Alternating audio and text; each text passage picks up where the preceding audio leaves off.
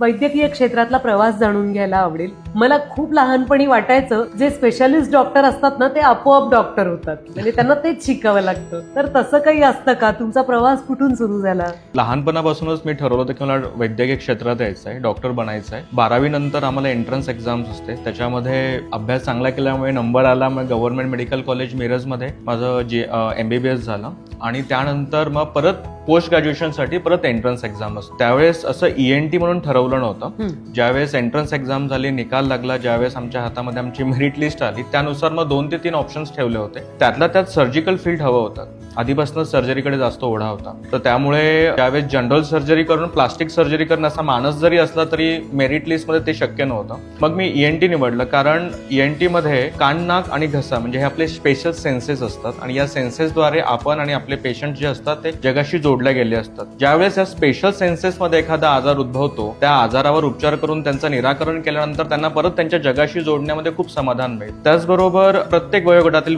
पेशंटशी तुमचा संपर्क आहे, म्हणजे लहान बाळापासून तर वयोवृद्ध माणसांपर्यंत लोकांना ऐकण्याचे, श्वसनाचे आजार असतात. त्याच्यामुळे प्रत्येकांचा तुम्हाला आढावा घेता येतो. तसंच आता ENT म्हणजे फक्त कान, नाक, घसा एवढं मर्यादित नाही राहिलंय. जर कोणाचा नाकाचा आकार बदलायचा असेल तर आपण रायनोप्लास्टी सर्जरी करतो, म्हणजे आपण कॉस्मेटॉलॉजी करतो. ज्या लोकांना घुरण्याचा त्रास असतो त्यांच्यावरही ENT सर्जन म्हणून उपचार करता येतात.